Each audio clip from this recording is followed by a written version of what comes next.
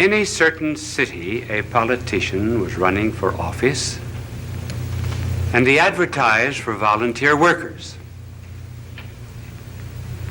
There were so many young women appeared for the job as volunteers that there was a near riot. Were they interested in politics? No. The first question they asked was, how many men have appeared? They were part of the lonely young women of this great city. And then I know of an old woman who stays up every night until 12 o'clock to hear the announcer say, "We are now signing off. Good night, and have a good sleep." That relieves her of her loneliness. There was really and truly, a woman wrote to me and told me that my program was the only one to which her cat ever listened. So our subject tonight has to do, to some extent, with loneliness. It affects all ages. Children are lonely. 5 million of them belong to divorced parents in this country. Boys get lonely. That's why they join gangs, because they get power which they do not individually have. Young girls are lonely when they get a pimple on the nose. Older girls are more lonely still when the boy treats them as a glass, throws the glass aside after he has taken the drink. They find then that they're just a replaceable part in the great erotic IBM machine. Their loneliness increases. Then there's the loneliness of leadership, being the top man on the totem pole. There's the loneliness of being at the bottom of the totem pole, because you're just one of the masses. You're apt to lose your personality. The loneliness sometimes of marriage, where all the jokes have been told. There's no new event to narrate. And it's the terrible solitude of being alone together. And then even when it does remain fine and noble and rich, even in moments of greatest unity, there is a feeling of apartness after such an ecstasy. One hopes to completely submerge oneself, and yet one finds oneself back again. The hypochondriacs, of course, are lonely. And so we were asked to talk on this program about this subject of loneliness. And I'm going to give, after these facts, which we've just narrated, I'm going to give first the causes, and then I'm going to suggest some remedies. Now, I didn't know whether to use the blackboard or not. My angel is here, and I cannot think of any diagram that I could use. Just write causes on the board. So I'm afraid I will not be able to use my angel, but just before I came on the program, he wanted to know if I would play a game of golf with him tomorrow.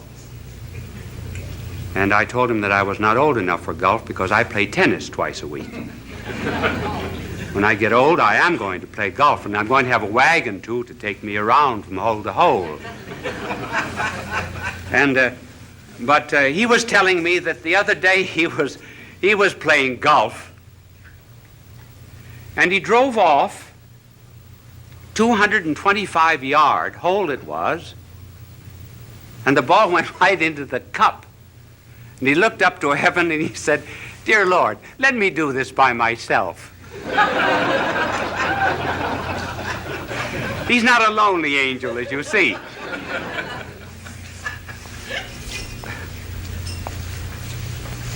Now, what are the causes of loneliness? Well, one of the causes of loneliness has to do, first of all, with the lonely people themselves. And another reason why they are lonely is because of people who are not lonely. First of all, on account of the lonely themselves. They want to be loved too much. They want to love, to be loved. Now, there's nothing wrong about wanting to be loved, because we're all Stradivarius violins without bows. I didn't mean that pun. We are one of the difficulties of an unprepared, unscripted play. And we're cups without saucers. We are to be complimented. But the deep loneliness of which we are speaking comes from an excessive desire to be loved. The more I want to be loved,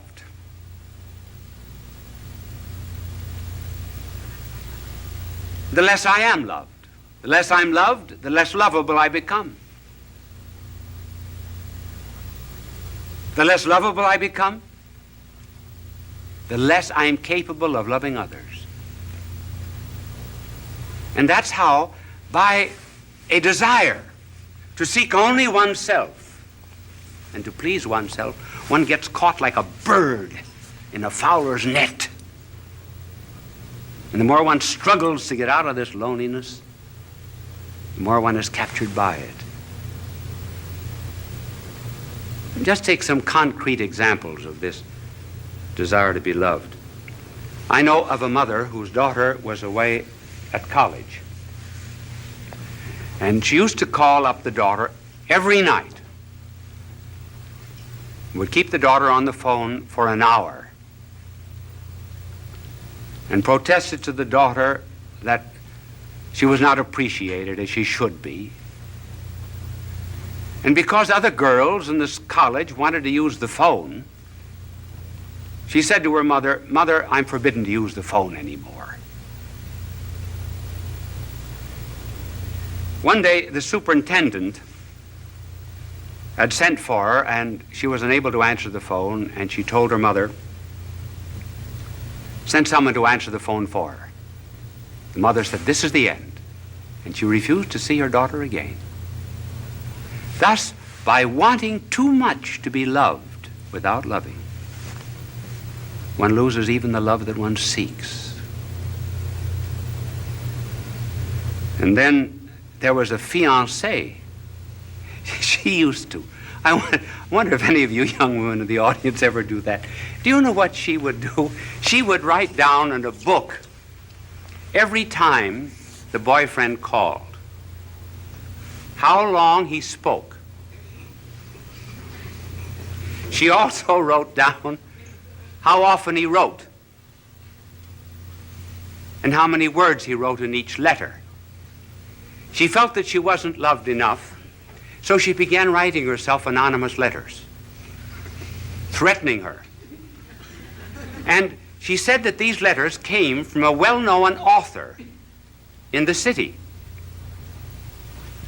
And finally, she was exposed by this man whom she blamed, and eventually the marriage was broken off.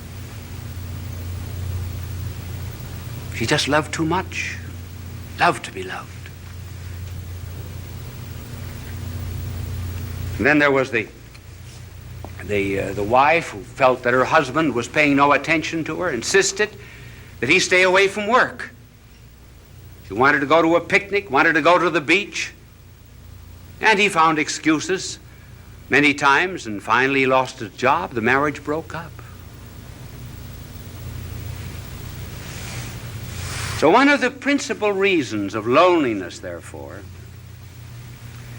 is this egotism which seeks only oneself. And you can already see the cure anticipated by the mere fact that we mention this cause. But then there's another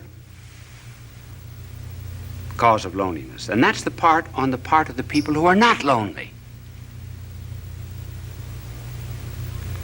they do not bring any love to these people.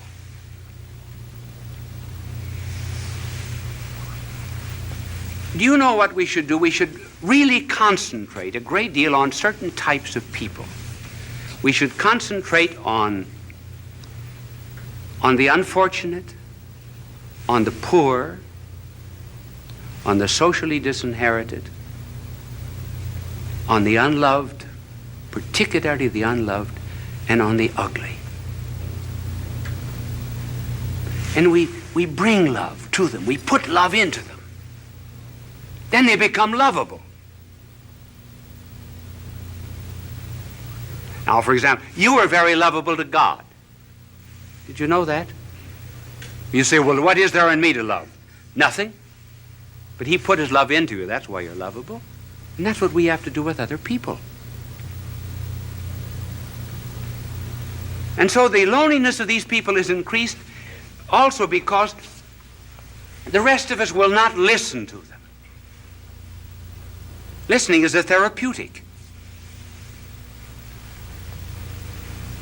There was a psychologist who formulated a marriage case that involved sexual, financial, social, and legal complications.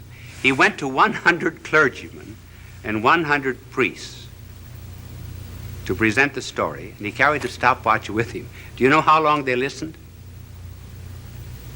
The average was 2.5 minutes.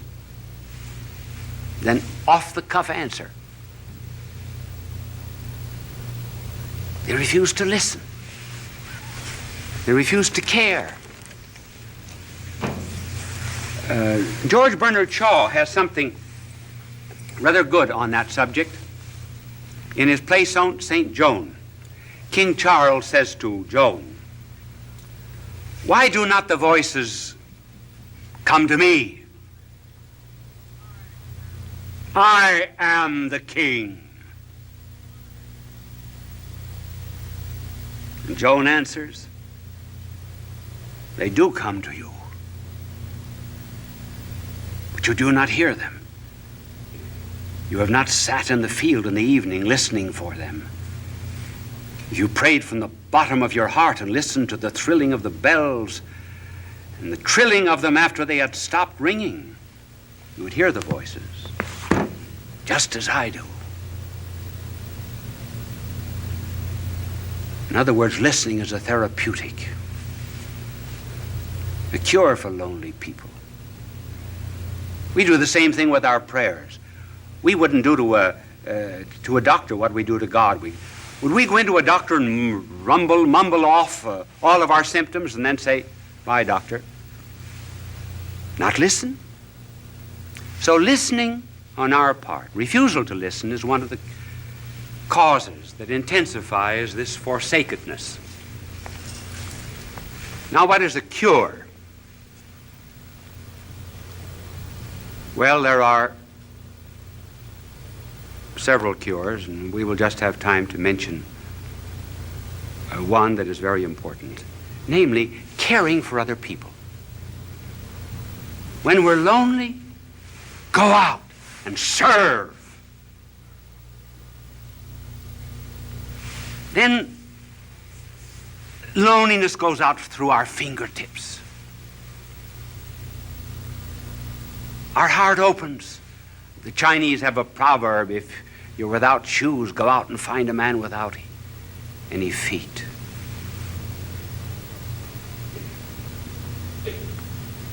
Caring for others. I remember when I first went to Europe to study, to do my university work as a young priest. The first Christmas I was lonely. I was really lonesome. I think it was the only time in my life I was lonesome.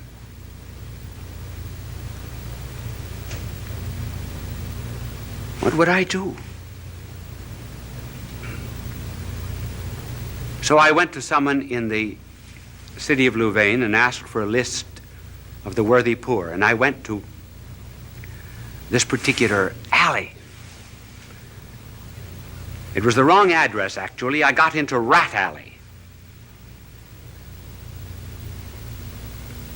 And when the door opened, there, earthen floor, was a blind father at a stove.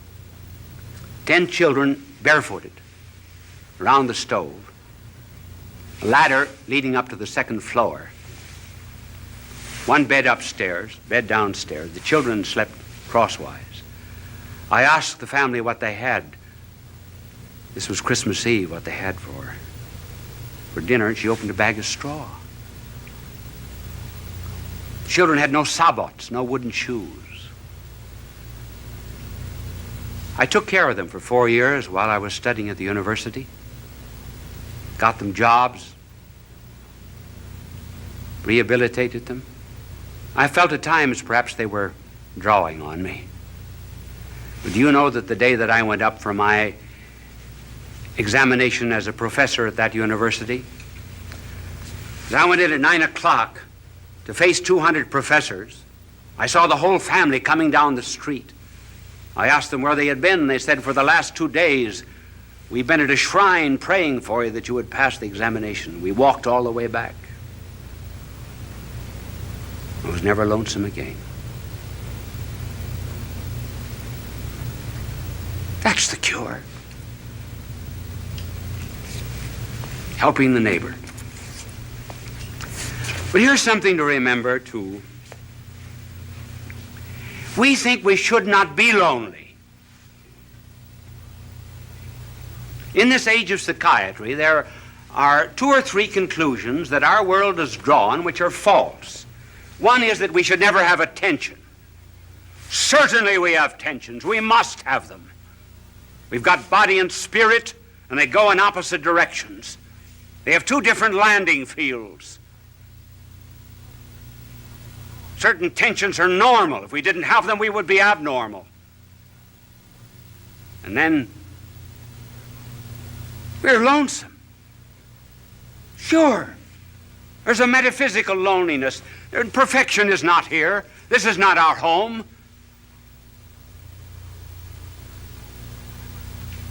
I've got something that I want in my heart that nothing on this earth can satisfy, and nothing can satisfy you either. And we know it very well. So what's the cause of this loneliness? What are we looking for? Well, we say we're looking for God. Yes. But then I know what you will answer. What does God know about loneliness? Now that's a good question. That's a good question. What does he know about loneliness?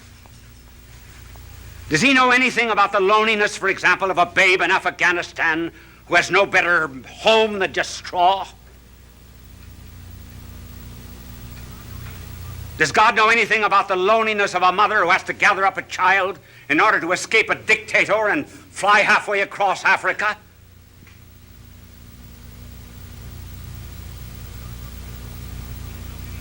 Does God know anything about the loneliness of a man that's born on the wrong side of the tracks?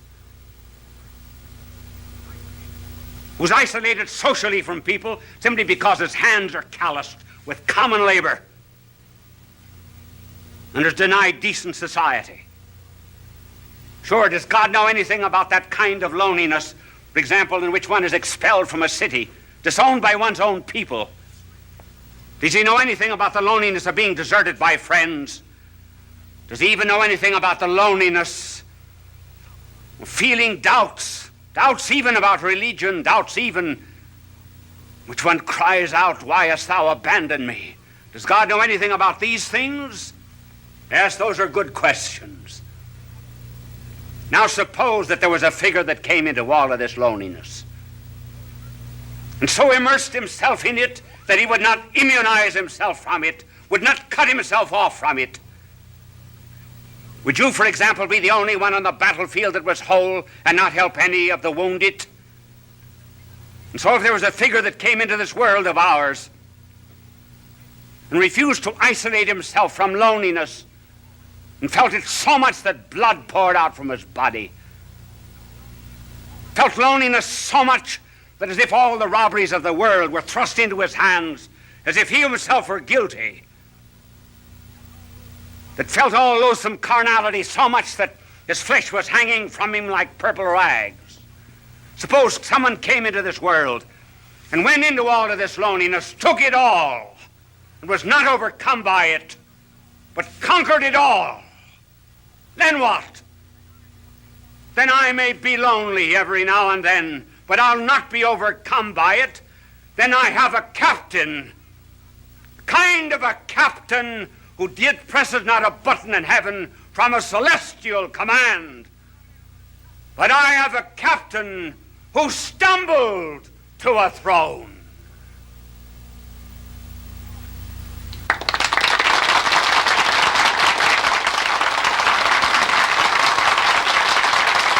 Bishop Sheen will return in a moment. Did that telecast seem a little short to you? Actually, I was just informed that we were 1 minute short. Now, I have a clock before me over there, and I keep my eyes on it. But this clock here was right. I finished 3 seconds before the time. But up in the control room, that celestial command that I just talked about, they figured it wrong by 1 minute. So they asked me if I could, instead of coming out for a very brief closing, come on and talk to you for 1.5 minutes. Now, you are put to the test.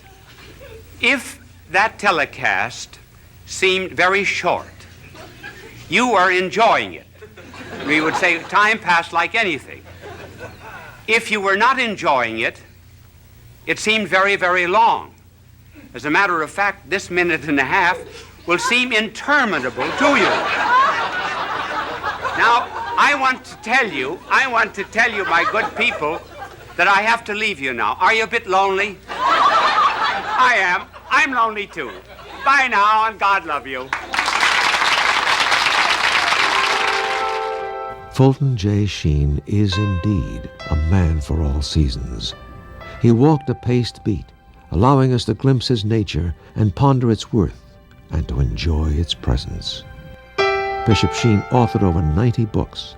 He broadcast countless radio and television programs and ministered in many parts of the world to people of every belief.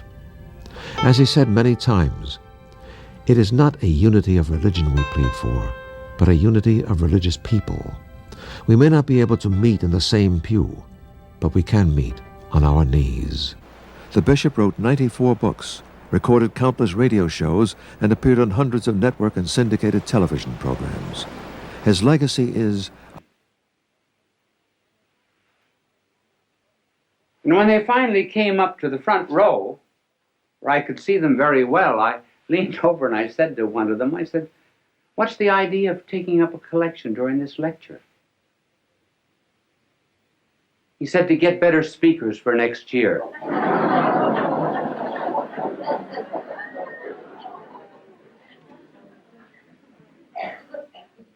So I am not presenting myself as a model to you on how to talk.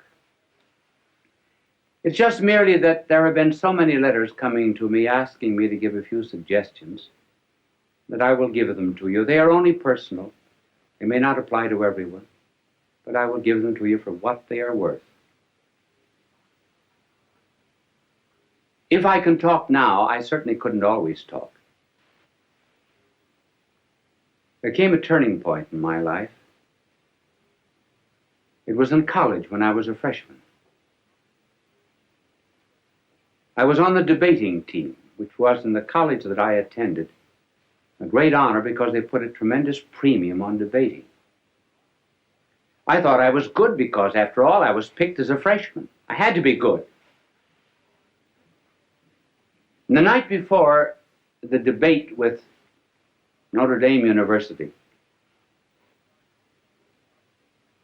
the coach of our debating team, Father Bergen, called me over to his office and he said, "You are the worst talker we've ever had in this college."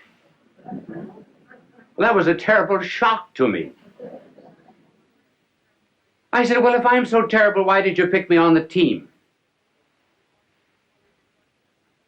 He said, "Because you can think, not because you can talk." But he said, you're going to learn to talk before you leave this room.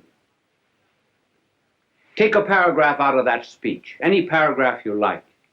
I remember we were talking on the Merchant Marine. I'll never forget, the paragraph began, I think it needs no argument to prove, and so forth. So he said, stand up there against the wall, which I did.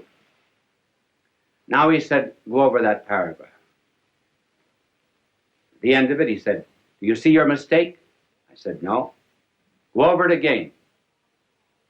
Went over it 1 hour. 2 hours. 2 hours and a half. I was dead. So was he. And every 2 or 3 minutes when I finished it, he would say, do you see your mistake? I said, no. But being naturally quick, after 2 hours and a half, I saw it. He said, do you see your mistake? I said, yes, I think I do. I'm not natural. He said, that's right. That's all. And he dismissed me. You notice how often speakers, as soon as they get up on a platform, or ministers or priests in the pulpit, everything changes, their voice changes, their attitudes, their poses. I think many prayers that we say are, we're not talking to God. We're talking to an audience, particularly prayers at banquets, and inaugurations and so forth. And we put on artificial poses. Oh God, we ask thee to send down upon us thy benediction, thy blessing upon the sailors who are at sea, the merchants at their counting table, the lawyers at their bar.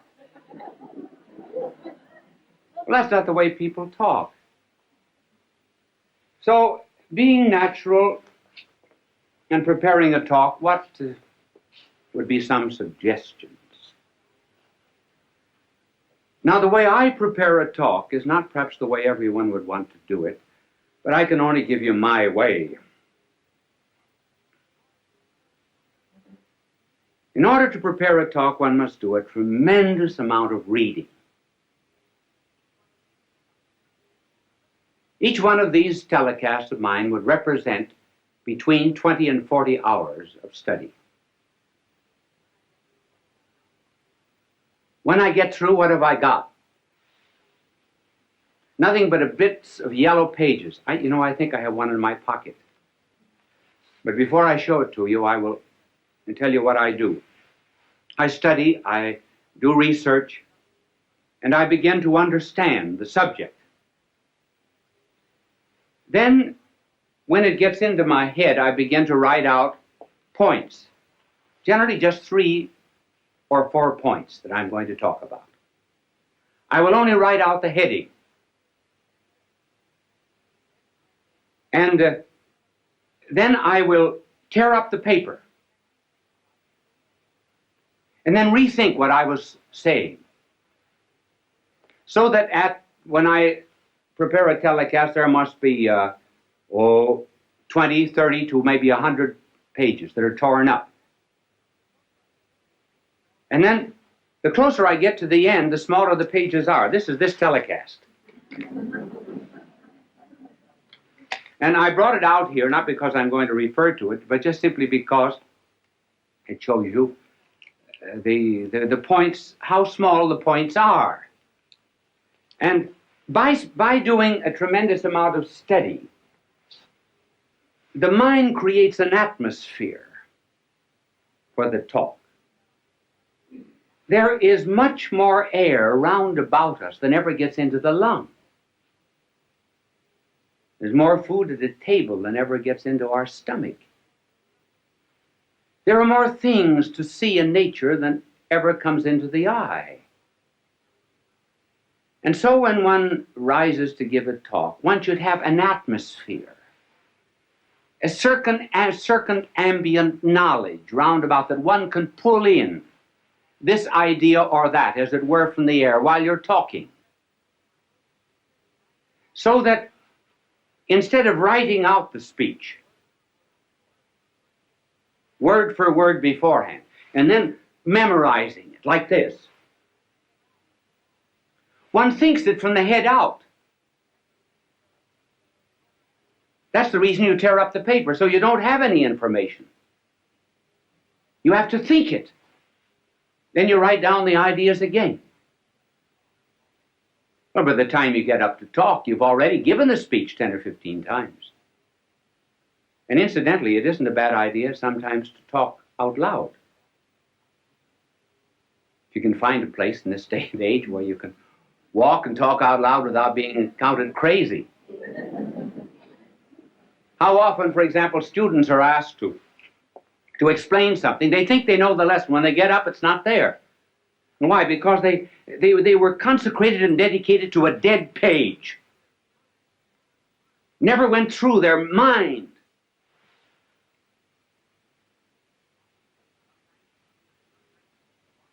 Sometimes teachers are just textbooks wired for sound. And studying is nothing but what is in print, passing from the mind of the book to the notebook of the teacher, or rather from the notebook of the teacher to the notebook of the student without passing through the mind of either. Now, this method of preparation is is hard. It's very much easier to write something out and then to learn it than to do it this way. Sometimes if you do not feel well when you're giving a telecast or a lecture, thoughts do not come. You cannot always recall exactly what you had in your mind. But at any rate, there's a spontaneity. That's what people like. Even the mistakes you make. Now, one of the reasons, for example, why people like to have me draw is because everybody in the audience can draw better than I can. They feel they're far superior, and rightly so. So if I make a mistake in talking, fine. That's good. They say, I could do it just as well as that. And they can. This method, while it's harder and is a wonderful preparation for absorbing knowledge, has difficulties. One difficulty is that there are some people who give speeches who must write them out. For example, the President of the United States has to have his speeches written because every word is important. Then, too, there are some things that are not worth learning.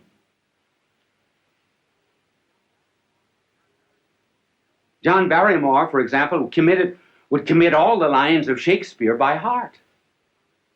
But when he played in comedies and cheap movies and so forth, he absolutely refused to learn anything. He wanted helps outside. Now that's why people on television have to have aids that are outside. I do not use any kind of aid on the outside. If I read anything, I have it written out. Now there are two main props that are used in television. And the first prop is what is called an idiot card. An idiot card is something that is written out so that you'll not forget it. Now just suppose I were teaching you mathematics. Now I would be reading off this idiot card. And I would say to this vast television audience, 2 plus 2 equals 4. 2 plus 1 equals 3. 3 plus 3 equals 6. See, I don't forget it that way. Wonderful, isn't it?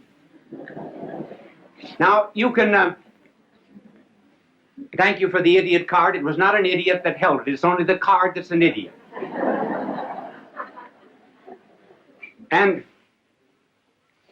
it's impossible for people who are constantly appearing, for example, on television, to study their lines or their commercials, and so they have to have them written out on these cards. But you can always tell, if you just look closely at anybody who's using an idiot card. This is generally the way.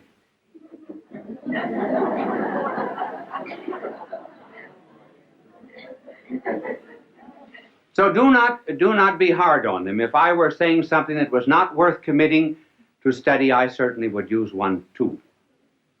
Now there's another prop which is better, and that is what is called a teleprompter. And a teleprompter will have a whole speech on it. For example, when you hear people giving speeches on television, 999 out of 1,000 are using a teleprompter if they do not have the paper before them. Many of the commercials which you hear are written on teleprompters.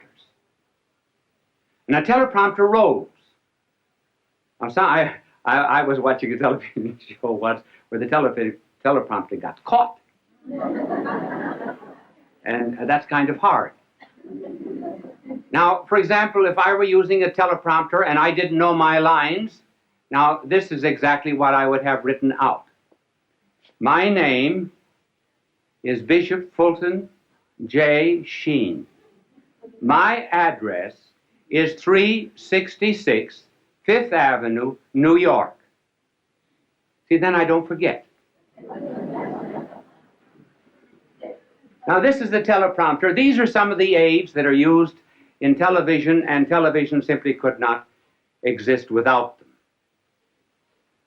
And they are helpful, too, simply because one is apt to forget. Many times, you're standing before a television camera. Momentarily, I can't think of the next point.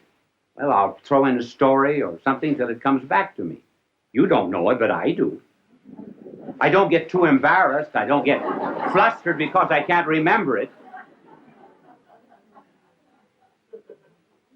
I remember, I was giving a talk once in Ireland at the Eucharistic Congress. I've forgotten when it was, sometime, a long time ago. If there was ever a time in my life I wanted to do well, it was then. And I was reciting a poem that I know just as well as I know the Our Father. It was a poem written by an Irishman, Joseph Mary Plunkett. And the poem was, I see his blood upon the rose, and in the stars, the glory of his eyes.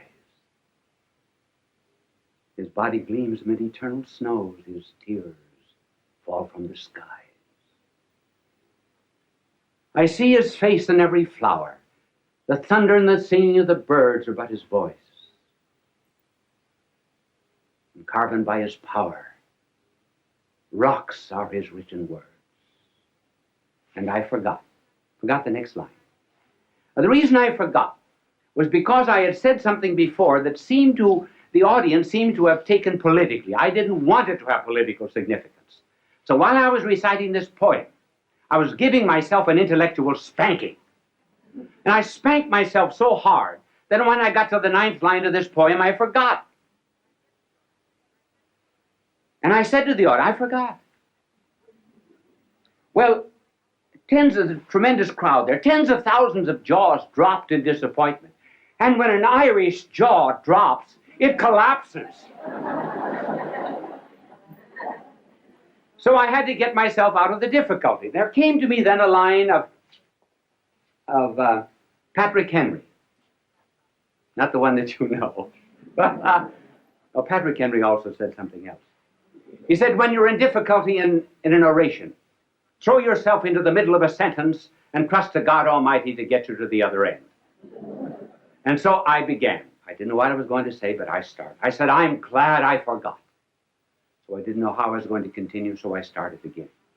If I had ever wished to have forgotten anything, so I thought I'd give myself another jump on the springing board. If I had ever prayed to have forgotten anything, I should have prayed to have forgotten these lines of Joseph Mary Plunkett. I think there's beautiful symbolism in their forgetfulness.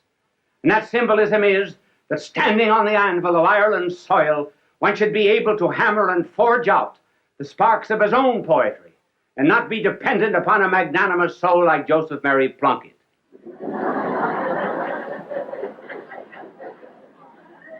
I got no credit for it afterwards because the audience said that was a great trick, pretending you forgot.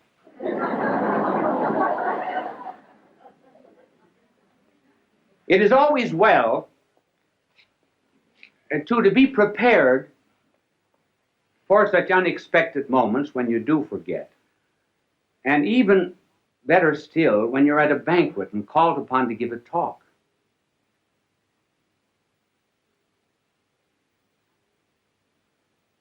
And you have to begin with something that is not too heavy. In fact, one should always begin with something that's not too heavy. For example, you just simply cannot begin a speech by saying, ladies and gentlemen, accipitur frontalis, the convoluted convolutions, the metaphorical abicliarum pelviarum. That's a little too serious. You have to start with something that's common to the audience. Now, I think the best story of all for being called upon to talk without preparation and unexpectedly was the delightful story of G.K. Chesterton. He was called on and he said, during the days of the persecution of the Christians, 2 Christians were out in the Colosseum. And some lions that had been released for 12 days, had been starved for 12 days, were released in their cages. They bounded out across the Flavian sands, were about to precipitate themselves upon the poor Christians. When the Christians reached out their arms, put them around the lion's neck, and began to say something in the lion's ear. Well, the emperor was furious. He came for blood, not comedy, because the lions went back again to their cages without touching the Christians. So the emperor, being furious, ordered other lions that had been starved for 4 weeks released.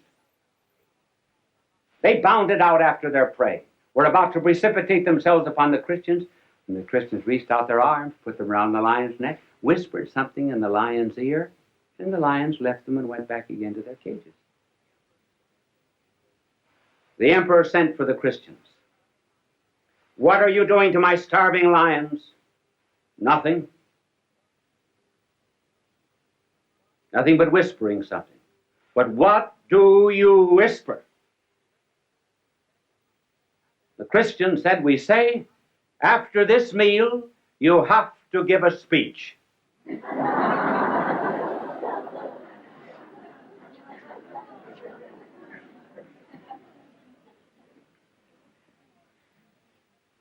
So a preparation is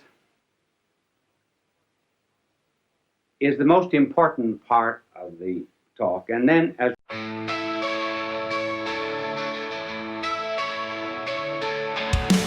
road to death, they say, but we're alive today. Chasing dreams, we fly into the night sky. Lights flash, blind our sight. We race into the light. Hearts beat, thunder loud. We're lost in the crowd. We ride the road to glory. Write our own great story. No fear, no tears, just love. Rise high like stars above.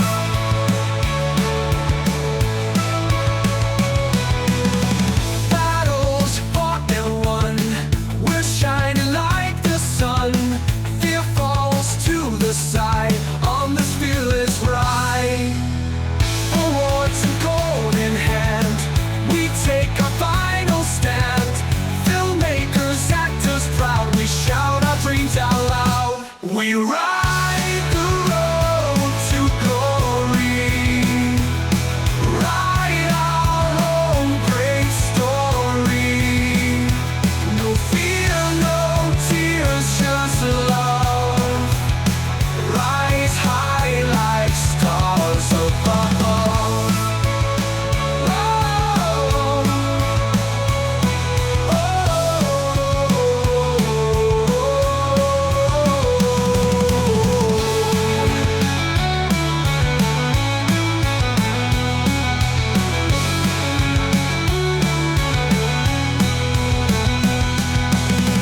Battles fought and won. We're shining like the sun. Fear falls to the side on this fearless ride. A wart and gold in hand, we take our final stand. Filmmakers, actors proud, we shout our dreams out loud. We ride the road to glory, write our own brave story. No fear, no tears, just love. Rise high like stars above. Like stars above. Oh, rise high like stars above. Oh, above.